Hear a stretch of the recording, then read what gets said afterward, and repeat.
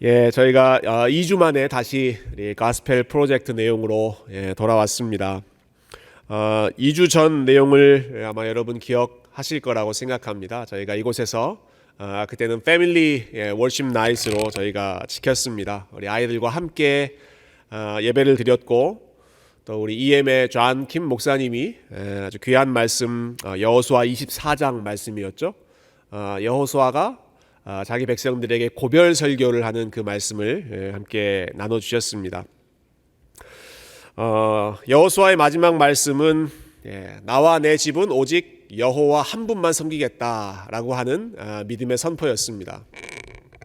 아마 우리가 이제 가스펠 프로젝트 이 내용이 우리 주일학교에도 좀 비슷하게 한두 주 좀 시차가 있긴 하지만 비슷하게 나가는 것 같아서 몇 주 전에 보니까 저희 아이들이 그 주일학교 때 크래프트 한 게 있더라고요. 이게 영어로 나와 내 집은 여호와만 섬기겠노라라고 하는 그 내용을 그 문에 있는 그 문고리 이런 거 이렇게 만들었잖아요.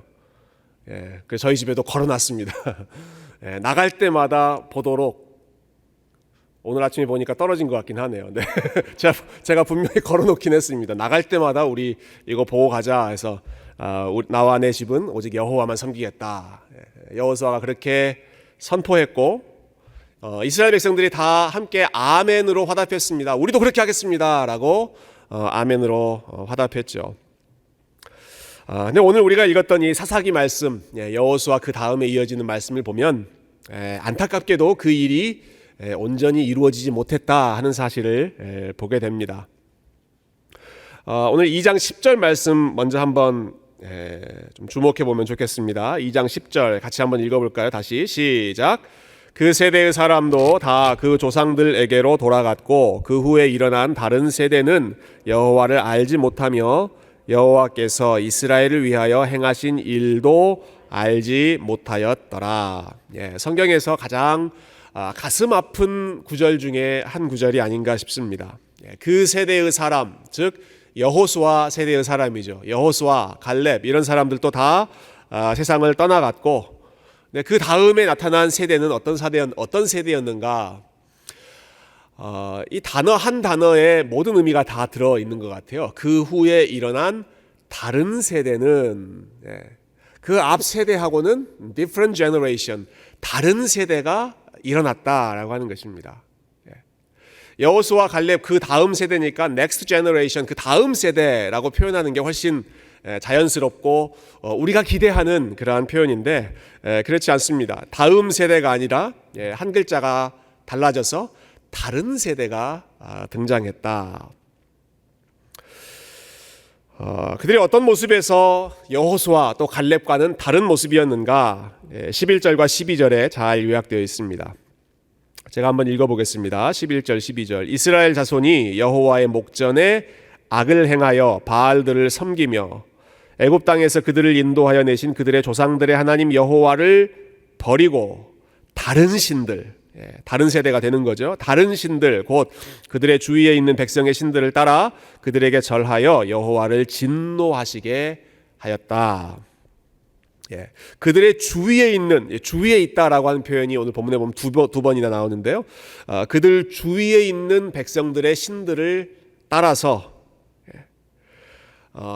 자신들을 구원해 주셨고 가나안 땅까지 인도해 주셨던 하나님은 잊어버리고, 하나님은 버리고 오히려 주변에 있는 그들을 둘러싸고 있는 문화, 사람들, 종교, 여기에 몽땅 다 흡수되어 버렸다 하는 것입니다. 이것이 다른 세대의 모습이었죠.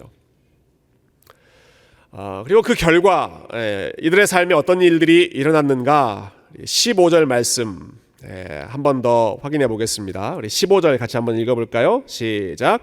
그들이 어디로 가든지 여호와의 손이 그들에게 재앙을 내리시니 곧 여호와께서 말씀하신 것과 같고 여호와께서 그들에게 맹세하신 것과 같아서 그들의 괴로움이 심하였더라. 아멘. 앞부분에 보시면 그들이 어디로 가든지 이렇게 시작합니다. 여러분 보통 성경에서 그들이 어디로 가든지 하면 그 뒤에 어떤 내용이 나옵니까? 네가 어디로 가든지 그 다음에 공식처럼 뭐가 나와요? 네가 어디로 가든지 내가 너와 함께 하겠다. 그런 말씀 나오잖아요. 네가 어디로 가든지 내가 너에게 복을 주겠다. 그런 말씀 나오잖아요. 근데 오늘 본문의 15절에서는 그들이 어디로 가든지 여호와의 손이 그들에게 재앙을 내리셨다. 여러분 얼마나 끔찍한 말씀입니까? 그들이 어디로 가든지 하나님이 쫓아다니시면서 그들에게 복을 내리셨다라는 게 아니라 오히려 재앙을 내리셨다. 그들의 삶이 점점 더 괴로워졌다 하는 것입니다. 그 앞 세대인 여호수아에게 주셨던 말씀과 한번 비교해 보십시오. 여호수아에게 주셨던 말씀, 여호수아야 두려워하지 말아라. 강하고 담대해라. 내가 너와 함께 하겠다. 네가 어디로 가든지 내가 너와 함께 할 것이고, 네가 어디로 가든지 네가 형통할 것이고, 네가 발로 밟는 모든 땅을 다 내가 너에게 주겠다. 이게 여호수아 세대에 하나님께서 주셨던 약속입니다. 근데 그 다음 세대, 여호수아 다음 세대에게는, 이 사사시대 사람들에게는 그들이 어디로 가든지 오히려 하나님께서 그들의 삶을 괴롭게 하셨다. 재앙을 내리셨다 하는 것입니다. 왜 그런 결과가 일어났습니까? 왜 그들이 어디로 가든지 하나님으로부터 재앙을 받게 됐습니까? 그들이 하나님을 떠났기 때문에, 하나님을 떠나고 다른 신들을 쫓는 죄악된 길로 갔기 때문에 그 결과가 이렇게 괴로운 삶, 하나님이 복을 주시지 않고 오히려 재앙을 내리시는 삶이 되었다 하는 것이죠. 그들의 죄로 인해서 재앙이 결과로 임했다. 여러분 이것이 사사기에 이제 자주 계속해서 반복되어 나오는 패턴입니다. 이 죄와 고난의 연결관계라고 할까요? 이 죄와 재앙 사이의 관계는 참 미묘한 주제입니다. 이렇게 단순하게 칼로 무자르듯 아주 단도직입적으로 설명하기 어려운 그런 주제입니다. 성경에 보면 고난당한 사람들 참 많이 있는데요. 예를 들면 욥에게 일어났던 고난이라든지, 요한복음 9장에 나왔던 나면서부터 앞을 보지 못했던 그 시각장애인 청년, 그러한 경우에 사람들은 도대체 누구의 죄 때문인가? 욥의 친구들도 그렇게 물어봤고 예수님을 따라가던 제자들도 그렇게 물어봤죠. 누구 잘못 때문입니까? 누구 죄 때문입니까? 거기에 대해서 예수님은, 또 하나님께서는 구약성경 욥기는 욥의 죄 때문이 아니라, 혹은 그 청년이나 그 부모의 죄 때문이 아니라 다른 우리가 알지 못하는 하나님의 뜻이 있다라고 분명히 밝혀놓고 있습니다. 지난 주간에 한국에서 좀 안타까운 뉴스들이 많이 있었죠. 태풍 때문에 여러 참 소중한 생명들이 또 목숨을 잃게 되었습니다. 여러분 이런 재앙이 일어날 때, 혹은 주변에 어떤 사람들에게 좋지 않은 그런 일들이 났을 때 도대체 무슨 잘못을 했길래 저런 안 좋은 일이 일어났을까라고 생각하는 것은 좋지 않은, 옳지 않은 그런 태도입니다.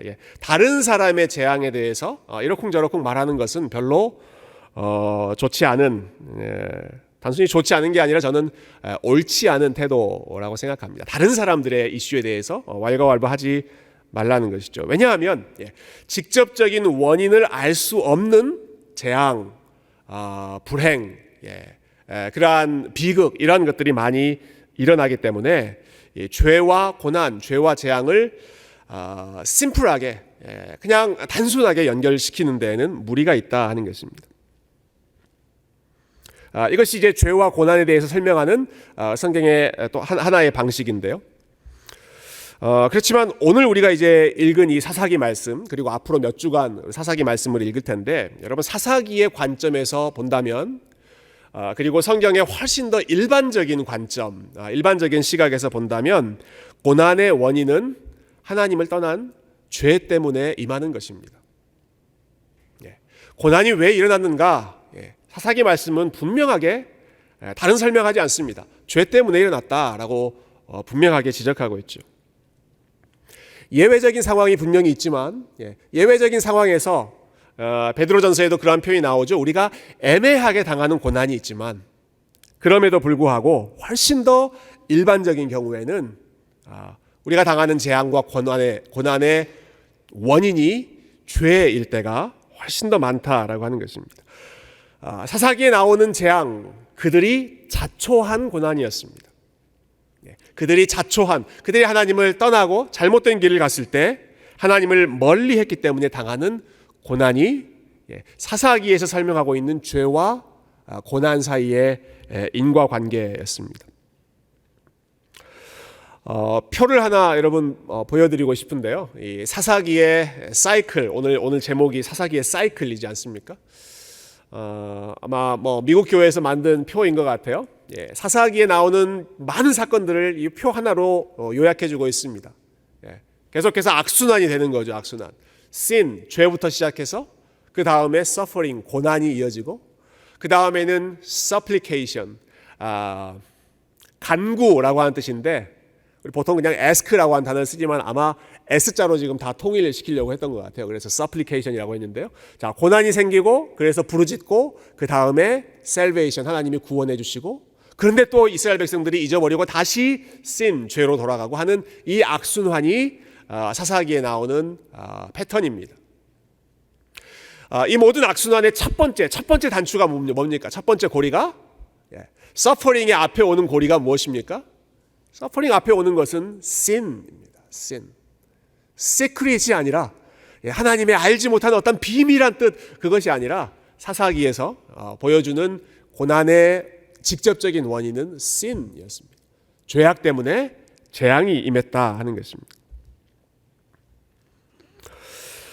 여러분, 어려움이 닥치면 우리의 그 본성 중에 하나는 그것을 나의 책임이 아니라 다른 사람의 책임이나 아니면 다른 환경 탓으로 돌리기가 쉽습니다. 내가 잘못했기 때문에 이런 어려움이 일어났다라고 생각하기보다는 나는 잘못한 게 없는데 나는 억울하게 이런 일을 당했다라고 생각하기가 쉽다는 것이죠. 저와 여러분이 아담의 후손이기 때문에 그렇습니다. 우리 안에 여전히 아담의 DNA가 있기 때문에 그런 생각이 자연스럽게 일어납니다. 선악과를 따먹었을 때 아담이 뭐라고 대답합니까? 하나님께서 나에게 주신 저 여자 때문에 라고 하죠. 그 양쪽을 다 싸잡아서 비난하는 것입니다. 하나님께서 주신 저 여인 때문에 내가 지금 이 선악과를 따먹었습니다. 양쪽에 다 핑계를 전가하죠. 여자는 어떻게 했습니까? 하와는 뱀 때문에 내가 그렇게 했습니다 라고 또 핑계대지 않습니까? 둘 다 나는 잘못한 게 없고 나는 억울하게 피해를 받은 상황이다 라는 것입니다. 그렇지만 사사기는 우리가 지금 사사기 말씀을 오늘 읽었으니까요. 사사기가 우리에게 가르쳐주는 교훈은 분명합니다. 문제의 원인은 나에게 있었다라고 하는 것입니다. 고난과 재앙은 내가 자초한 열매입니다. 나의 교만함 때문에, 나의 고집 때문에, 나의 이기심 때문에 그 어려운 상황이 발생했을 가능성이 훨씬 더 크다는 것이죠. 하나님과의 관계가 기본적으로 잘못됐을 때, 하나님으로부터 우리가 멀어졌을 때 기본적으로 이러한 어려운 일들이 나타났다 하는 것입니다. 여러분, 이렇게 생각하는 것이 우리에게 좀 불편한 마음이 들 수 있지만 저는 이렇게 이해하는 것이 우리에게 훨씬 더 유익하다고 생각합니다. 이렇게 생각하는 것이 훨씬 더 우리에게 유익한 일입니다. 다른 사람에게는 적용하지 말고 이 논리적인 관계를 다른 사람에게 저 사람은 저래서 그렇게 됐다 이렇게 생각하는 것이 아니라 적어도 나의 삶에 있어서만큼은 내 삶에 뭐가 삐걱거린다, 내 삶에 문제가 생겼다, 뭐가 어려운 일이 생겼다라고 했을 때는 내가 하나님 앞에 뭘 잘못했을까? 내가 혹시 하나님 앞에서 잘못하고 있는 것은 무엇일까? 스스로를 돌아보는 것이 우리의 영적인 건강을 지키는데 훨씬 더 유익한 방향이 된다는 것이죠. 그리고 그렇게 생각하는 것이 우리의 삶이 다시 회복할 수 있는 그러한 소망의 첫 단추이기도 합니다. 여러분, 나는 잘하고 있는데 나에게 어려운 일이 생긴다. 왜 이런 일이 생기는지 모르겠다. 원인을 모르겠다라고 하면 그 순간에는 내 마음이 편할 수 있을지는 모르지만 그 원인을 모르면 해결할 수 있는 방법도 모르는 것입니다. 원인이 불분명하면 해결할 수 있는 방법도 불분명하죠. 그러나 지금 이 문제가 내가 하나님 앞에서 불순종했기 때문에, 내가 하나님과의 관계가 멀어져 있기 때문에, 나의 죄 때문에 이러한 일들이 생겼다. 내 안에서 그 원인을 찾았을 때에는 해결책이 분명합니다. 솔루션이 분명합니다. 하나님께 돌아가야지, 회개해야지, 이 길을 멈추고 내가 하나님이 기뻐하시는 길로 다시 돌아가야지. 나 중심으로 이기적인 생각이 아니라 하나님이 기뻐하시는 것이 무엇일까로 다시 방향을 틀어야지. 그래야 꼬여있던 것들이 다시 풀리고 묶여있던 것들이 다시 해결될 수 있는 것이죠. 그래서 사사기는 계속해서 이스라엘 백성들에게 너희들이 잘못했으니 하나님께로 돌아오고 하나님께 돌아오면 하나님께서 다시 회복시켜 주실 것이다. 아주 엄중한 현실과 그러나 구원에 대한 소망을 함께 돌직구를 날리면서 보여주고 있는 것이 이 사사기가 보여주고 있는 사이클이었습니다. 자, 그렇다면 지금 이 사사기의 관점에서 봤을 때 고난의 원인은 죄였다라고 말씀하고 있고요. 그 해결책은 회개하는 것이다 라고 밝히고 있는데요. 그러면 이스라엘 백성들의 삶에서 지금 어디서부터 잘못되었을까 하는 것을 우리가 한번 되짚어보면 좋겠습니다. 어디서부터 꼬였길래 지금 여호수아 그 다음의 세대가 하나님을 알지 못하는 다른 세대가 되어버린 것일까? 많은 원인을 우리가 찾을 수 있겠지만 저는 바로 다음 장에 나오는 3장 1절과 2절에서 그 실마리를 좀 생각해 봤습니다. 3장 1절과 2절 말씀 여러분 한번 주목해서 읽어보도록 하겠습니다. 같이 읽어볼까요? 시작. 여호와께서 가나안의 모든 전쟁들을 알지 못한 이스라엘을 시험하려 하시며 이스라엘 자손의 세대 중에 아직 전쟁을 알지 못하는 자들에게 그것을 가르쳐 알게 하려 하사 남겨두신 이방 민족들은 이런 민족들이 있었다 하죠. 여기 보면 두 번에 걸쳐서 여호수아 그 다음 세대를 가리키는 아주 특별한 표현이 나옵니다. 그들을 뭐라고 부릅니까? 그 다음 세대들을 전쟁을 알지 못한 세대들이라고 부릅니다. 그 다음 세대들은 전쟁을 알지 못하는 세대들이었다. 이게 여호수아 그 앞 세대와 그 이후의 세대를 비교해 놓는 대조해 놓는 표현이죠. 가나안 땅에 처음 들어왔던 가나안 1세대들은 전쟁을 아는 세대들, 전쟁을 경험했던 세대들, 열심히 싸웠던 세대들이었던 반면에 그 이후에 태어났던 세대들은 전쟁을 알지 못하는 세대가 되어버렸다는 것입니다.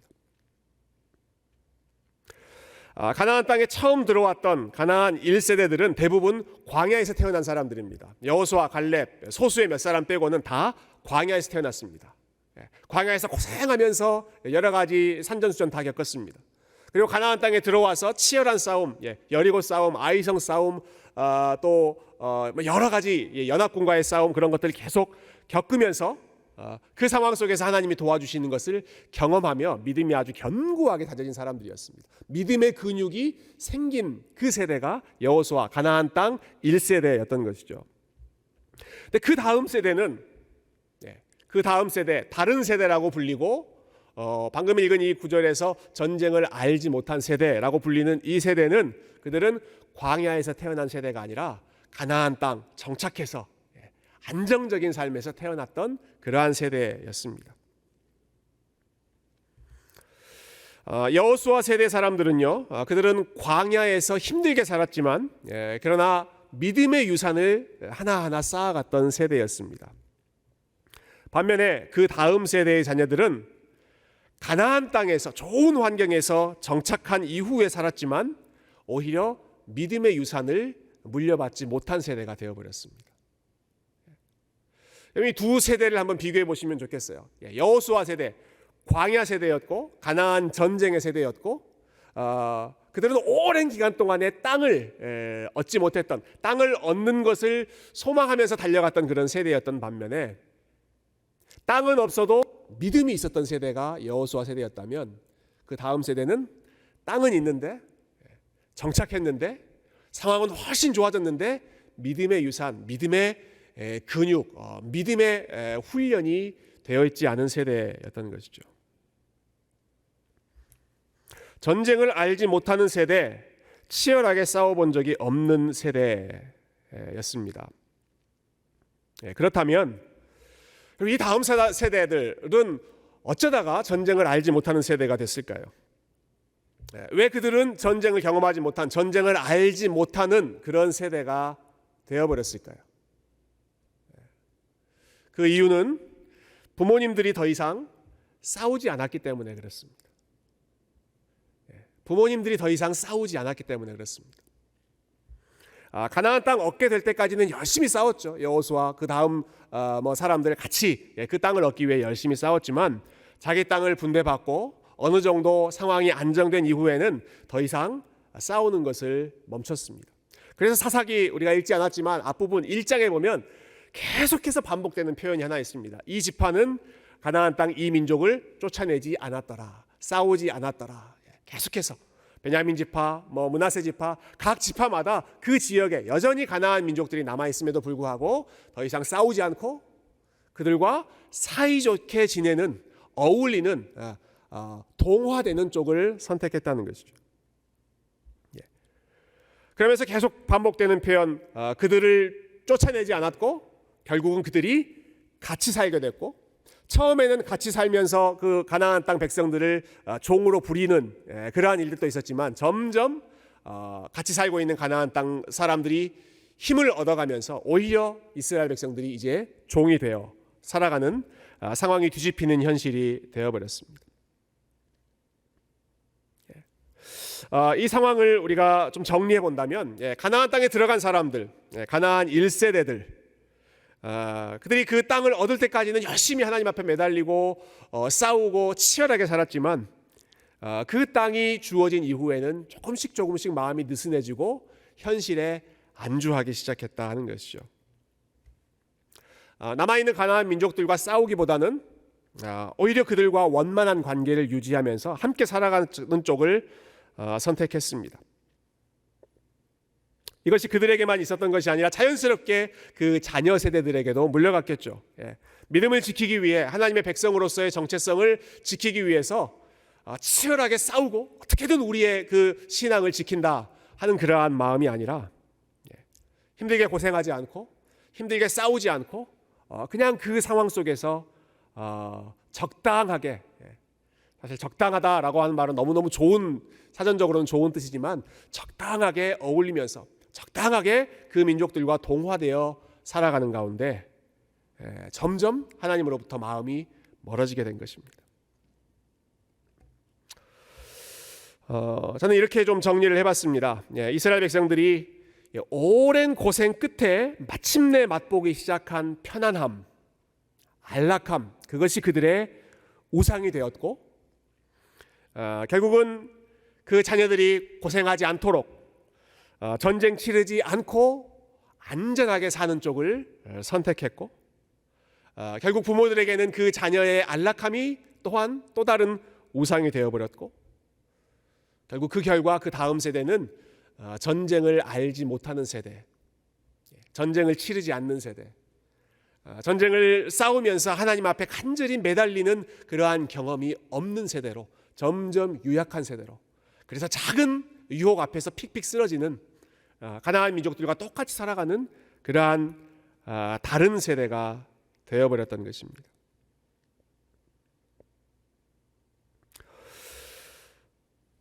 어제 새벽에 우리가 아브라함 말씀, 아브라함에 관한 말씀을 묵상했는데요. 저는 오늘 본문에 나오는 내용과 어제 새벽에 묵상했던 말씀이 좀 잘 이렇게 연결이 되는 것 같았습니다.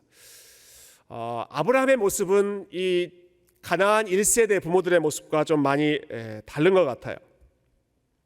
어제 묵상했던 말씀이 그런 말씀이었죠. 아브라함이 100세가 됐을 때 드디어 이삭이 태어났습니다. 얼마나 기다렸던 아들입니까? 이삭. 이삭이라고 하는 이름의 뜻 자체가 웃음이었습니다. 웃음. 보기만 해도 웃음이 나오는 아들이 이삭이죠. 아브라함도 그렇고 사라도 그렇고 긴 시간 그 삶에선 낙이 없었는데, 웃을 일이 없었는데 드디어 이 아들 때문에 그 집안에 웃음꽃이 피어나는, 그렇게 그 웃음의 근원이 되는 아들이 이삭이었습니다. 여러분은 이삭이 태어나자마자 아브라함이 했던 게 있습니다. 뭘 했습니까? 아브라함이 이삭이 태어나자마자 했던 것, 난 지 8일 만에 이삭에게 할례를 행합니다. 갓 태어난 8일째 되는 그 아이에게 할례를 행합니다. 여러분, 할례를 행한다는 것, 그것은 아이의 몸에 칼을 댄다는 거잖아요.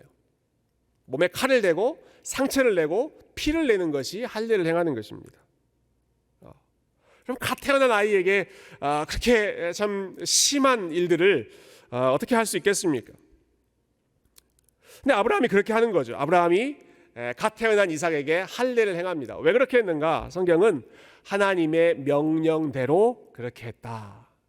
하나님의 명령대로 할례를 행했다라고 설명합니다. 갓 태어난 아들, 그토록 오랫동안 기다렸던 아들, 보고만 있어도 웃음이 나오는 그 귀한 아들, 끔찍한 아들.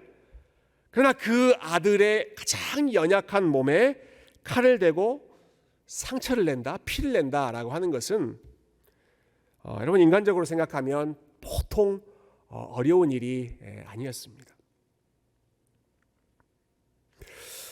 제 큰아이가 처음 태어났을 때 상황이 좀 오버랩됐습니다. 제 큰아이가 이제 막 태어났을 때 한 달 정도 전, 그러니까 조금 일찍 6파운드가 안 되는 굉장히 작은 몸으로 태어났는데요.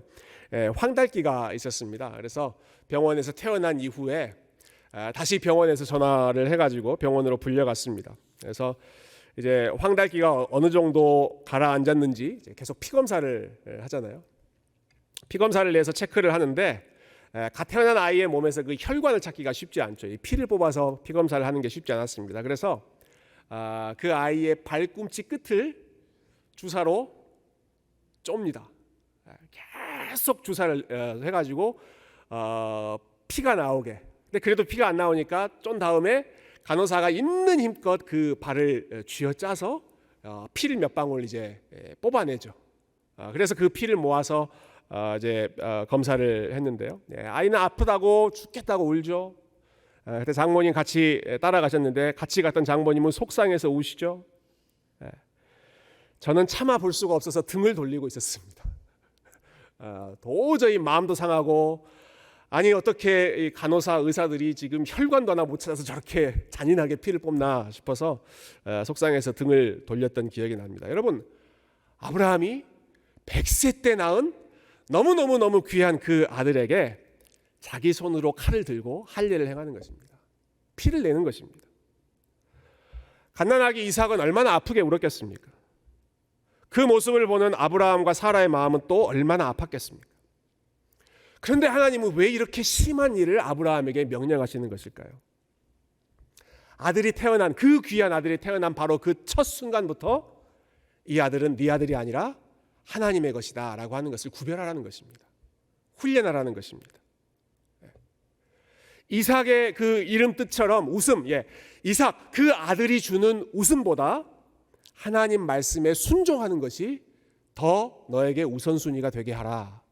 여러분 이것이 난지 8일밖에 안 된 갓 태어난 그 귀한 아들의 몸에 상처를 내면서까지 하나님 말씀에 순종하는 믿음의 훈련을 하는 이유였다고 생각합니다.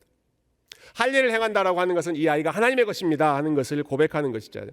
이 아이의 주인은 하나님이십니다 하는 것을 고백하는 것이죠.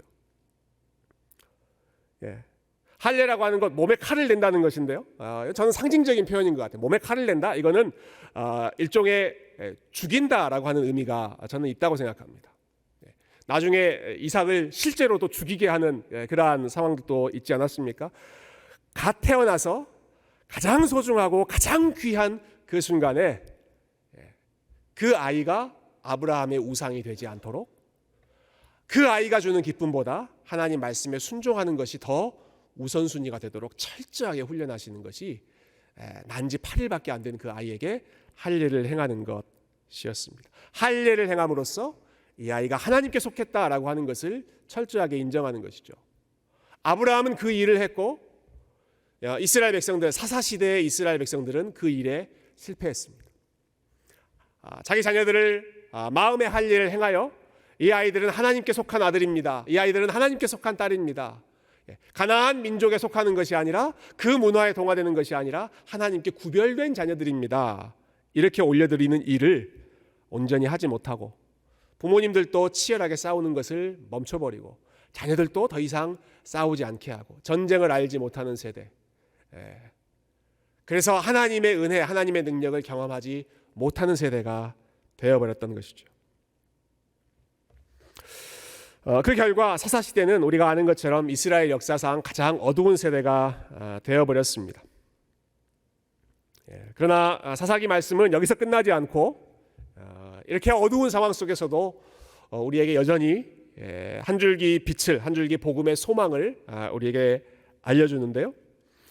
조금 전에 보셨던 그 표를 다시 보시면, 사사기의 사이클을 다시 보시면 sin으로 시작하지만, 보여주시겠어요?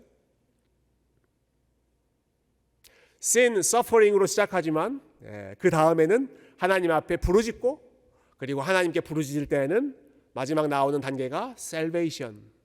하나님께서 그 상황에 필요한 사사들을 여러 사람 보내셔서 그들을 그 고난으로부터, 그 재앙으로부터 구원해 주시는 것이 사사기에 똑같이 기록되어 있는 말씀입니다. 이스라엘 백성, 이 사사기에 보면 또라고 한 단어가 굉장히 많이 나옵니다. 이스라엘 백성들이 또 죄를 범했다, 또 죄를 범했다, 또 죄를 범했다, 그렇게 나오지만 그들이 또 죄를 범할 때, 그럼에도 불구하고 하나님은 또 사사를 보내시고, 또 사사를 보내시고, 또 그들의 부르짖는 소리를 들으셔서 다시 한번 그들에게 새로운 길을, 다시 하나님의 길로 돌아올 수 있는 회복의 길을 열어주셨습니다. 지난주 목요일에 저희 교회에서 목회자 컨퍼런스 있었다 말씀드렸는데요. 그 주제가 불완전함을 품는 목회였다. 지난주 설교 때 제가 언급했습니다. 불완전함을 품는 목회. 오늘 말씀 생각해 보다가 이런 생각이 좀 들더라고요. 불완전함을 품는 목회. 이거 하나님이 전문가시다라는 생각이 들었습니다. 불완전함을 품는 목회. 이게 하나님이 하시는 요 목회의 대가가 여러분 하나님이십니다. 하나님. 사사기에 나오는 인생들 얼마나 불완전합니까? 사사기에 나오는 이스라엘 백성들의 모습이 얼마나 불완전합니까? 이것이 남의 이야기입니까? 저와 여러분이 하나님 앞에서 보이는 우리의 모습이 또 얼마나 불완전하고 쉽게 흔들리고 쉽게 넘어갔다가 쉽게 이러저렇게 유혹에 넘어질 때가 얼마나 많이 있습니까? 그러나 하나님은 불완전함을 품으시는, 불완전함을 품고 계속해서 그 백성들을 목회하시고 그 백성들을 다시 한번 양육하시고 다시 한번 그들이 회복될 수 있도록 도우시는 분이 우리 하나님께서 사사기를 통해서 그리고 성경을 통해서 다시 한번 보여주시는 은혜의 역사입니다. 이스라엘 백성들이 하나님 떠나고 또 그 자녀 세대가 다른 세대가 되어서 방황함에도 불구하고 하나님은 그 불완전한 백성들을 포기하지 않으셨습니다. 다시 품으셨습니다. 다시 품으셨습니다. 그래서 우리가 이 사사기의 말씀을 읽으면서도 여전히 가스펠 프로젝트라고 고백할 수 있는 이유는 여전히 품으시는 그 하나님의 그 은혜를 우리가 바라보기 때문이죠. 사사기에 나오는 이스라엘 백성들의 모습이 끝이 아니라 그럼에도 불구하고 그들을 정신 차리게 하기 위해서 하나님께서 재앙을 내리시고 그들을 징계하시지만, 그러나 그들의 입술에서 다시 한번 하나님 살려주십시오, 하나님의 이름을 부르짖을 때에는 하나님이 그들을 기억하시고 다시 사사를 보내시고 다시 구원의 길로 인도하시는, 불완전함을 품는, 부족함을 다시 품어주시는 그 하나님의 은혜, 그것 때문에 오늘도 우리가 이 말씀 가운데 가스펠, 복음의 메시지를 바라볼 수 있고, 그리고 저와 여러분의 삶 속에서도 이와 같은 하나님의 복음의 은혜, 회복의 은혜가 다시 한번 나타날 수 있도록 우리의 무너져 있는 삶 가운데, 혹은 우리의 무너져 있는 관계 가운데, 우리 자녀들의 연약한 삶 가운데에서 다시 한번 하나님의 은혜가 회복되기를 저와 여러분이 함께 기도하고 또 하나님께 부르짖는 그러한 믿음의 시간 되기를 주님의 이름으로 축원드립니다. 저와 여러분이 섬기는 우리 교회가, 그리고 저와 여러분의 가정이 한 세대만 반짝 주님 섬기고 끝나버리는 그러한 불행한 세대 되지 않고, 창세기에 나오는 말씀처럼 아브라함 섬기고 그 다음에 이삭도 섬기고 그 다음에 야곱도 여러 가지 어려움 가운데 또 하나님 만나고, 그 다음에 야곱이 가지고 있었던 풍요로움 요셉에게 그냥 물려주는 것이 아니라 요셉도 그 나름대로 치열한 영적인 전투를 하면서 그 상황 속에서 하나님 만나고 하나님의 사람으로 빚어지는, at least 4대, 적어도 4대, 5대 계속해서 이러한 믿음의 유산이 전수되고 더 풍요로워지는 그러한 새교회, 그러한 여러분의 가정 되실 수 있기를 주님의 이름으로 축원드립니다. 함께 기도하겠습니다.